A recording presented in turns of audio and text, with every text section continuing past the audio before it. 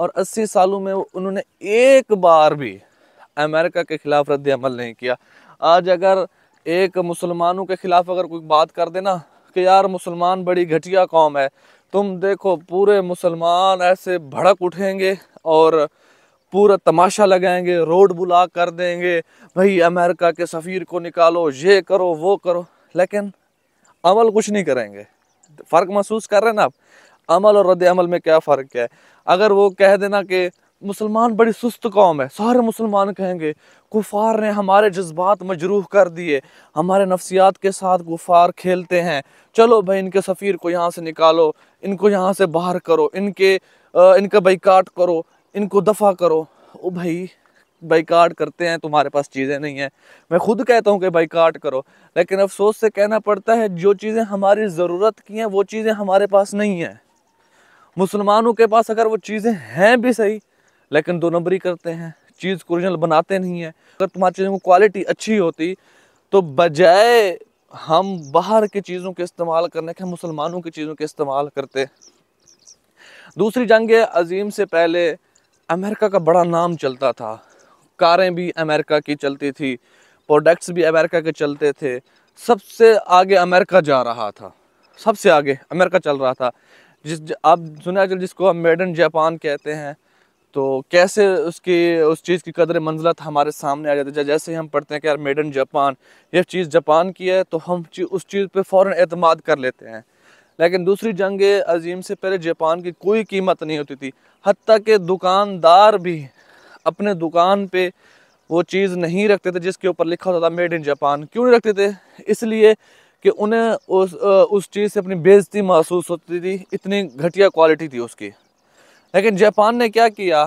اس نے ایک سوچ رچائی کہ یار ہماری چیزیں کیوں نہیں بک رہی، تو اس نے کیا کیا؟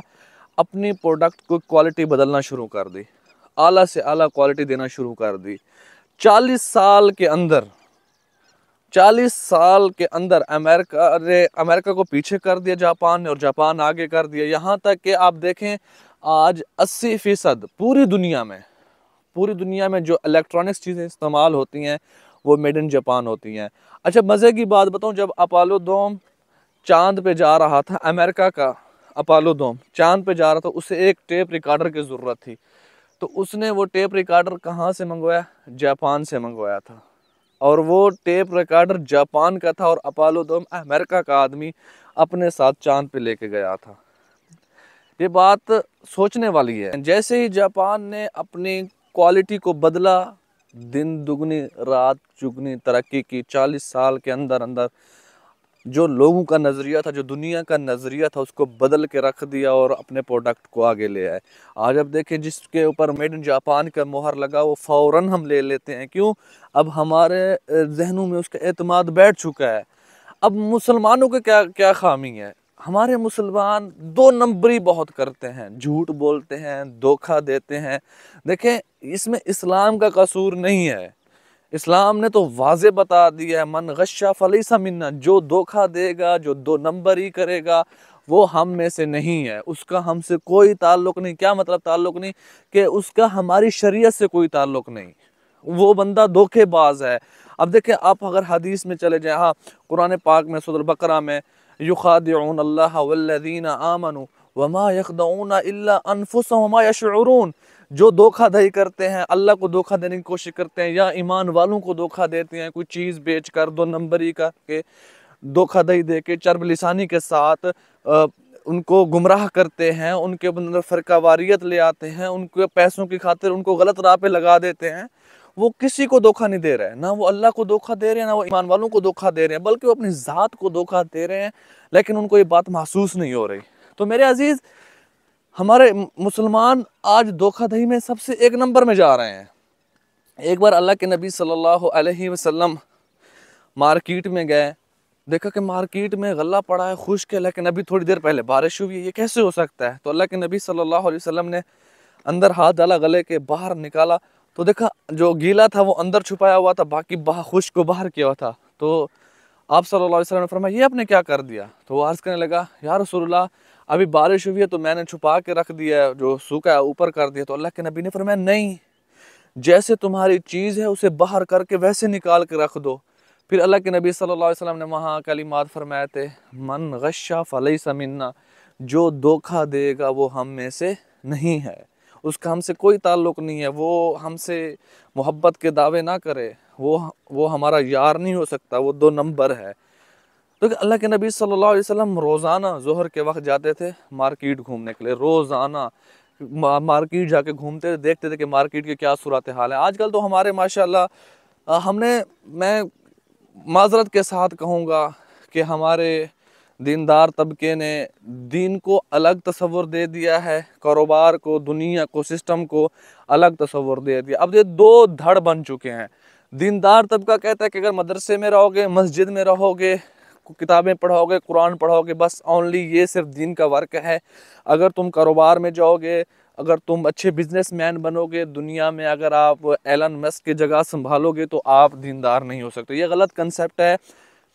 آج کاروباری طبقہ یہ سمجھتا ہے کہ اگر میں اپنے کاروبار میں دین لے آؤں گا تو ناکام ہو جاؤں گا۔ اللہ کی قسم کھاتا ہوں، اگر کاروباری طبقہ، ہمارا مسلمان طبقہ اپنے کاروبار میں اسلام لے آئے تو میں گارنٹی کے ساتھ کہتا ہوں کہ ہمیں نمبر 1 کاروباری ہونے میں کوئی روک نہیں سکتا۔ ہمارے نمبر 1 کاروباری ہونے میں سب سے بڑی رکاوٹ اس وقت یہی بنی ہوئی ہے کہ ہم 2 نمبری کرتے ہیں، ہم بدماشی کرتے ہیں، ہم دھوکہ دہی دیتے ہیں۔ اس لیے ہمارا کاروبار اتنا نیچے گیا ہوا ہے کہ آج پاکستانی پروڈکٹ کو لینے کے لیے کوئی تیار نہیں۔ کیوں؟ 2 نمبری کرتے ہیں، کوالٹی نہیں دیتے۔ آج اب کوالٹی دینا شروع کریں، میں دیکھتا ہوں کہ تمہاری کیسی مارکیٹنگ اوپر جاتی ہے۔ افسوس ہے، یہ شیطان نے ہمیں سبق پڑھا دیا ہے، اگر تم اسلام اپنے کاروبار میں لے آؤ گے تو تمہارا کاروبار نہیں ہو سکے گا۔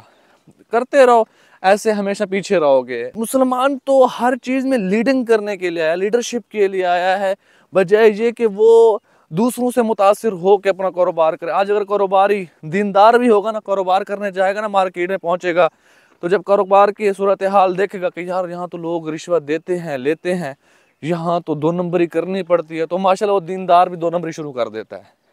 وہ یہ نہیں سوچتا کہ یار ہمارا اسلام ہمیں لیڈنگ کے لیے لے کے، ہمیں وہ لیڈرشپ کرنا سکھا رہا ہے، ہم لیڈرشپ کریں بجائے اس کے کہ ہم 2 نمبری شروع کر دیں۔ تو آج ہماری ناکامیوں کی بہت بڑی داستان ہے، ہم کس وجہ سے ناکام ہوئے ہیں۔ تو ایسا انشاءاللہ میں ان چیزوں کی نشاندہی کرتا رہوں گا۔ رسول اللہ صلی اللہ علیہ وسلم کی ایک حدیث مبارک بھی سناتا چلوں آپ لوگوں کو، المکر والخدیعۃ فی النار، دھوکہ دینے والا، 2 نمبری کرنے والا، فریب کرنے والا جہنم میں جائے گا۔